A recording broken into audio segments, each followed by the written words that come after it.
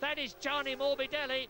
That is Gianni Morbidelli, and if this doesn't pressure the race director to do something, I would be amazed and appalled, because the front of that car was missing in the same way that the front of Andrea Montemini's Simtek was missing at the Spanish Grand Prix, and I would judge that Morbidelli has been very, very lucky indeed to get away without serious leg injuries. You saw him out of the footwork, walking away from the car.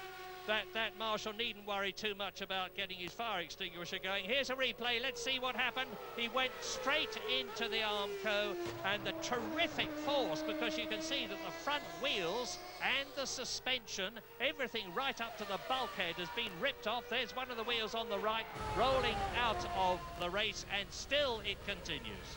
Yes, in fact, I was just going to say that Morbidelli was doing extremely well. He was up to 8th place from a grid position of 12th, so having made progress, clearly charging hard, possibly charging too hard.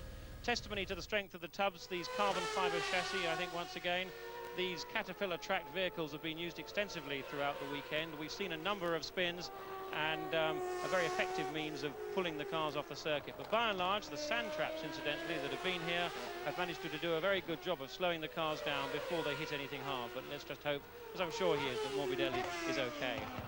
Well, if it's a 2-hour race, there's still an hour and a quarter of it for the drivers to be put up with, as we look again at Michael Schumacher pressing on.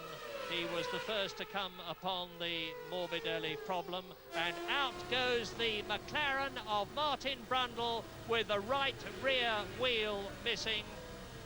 I think it is absolutely ridiculous to carry on in these circumstances. Somebody is going to come off very badly indeed if this race is not stopped or slowed down again. Red flag, the red flag, the race is being stopped on lap 15 of the planned 43 laps. The Japanese Grand Prix is being stopped. Now listen to this list of retirements already.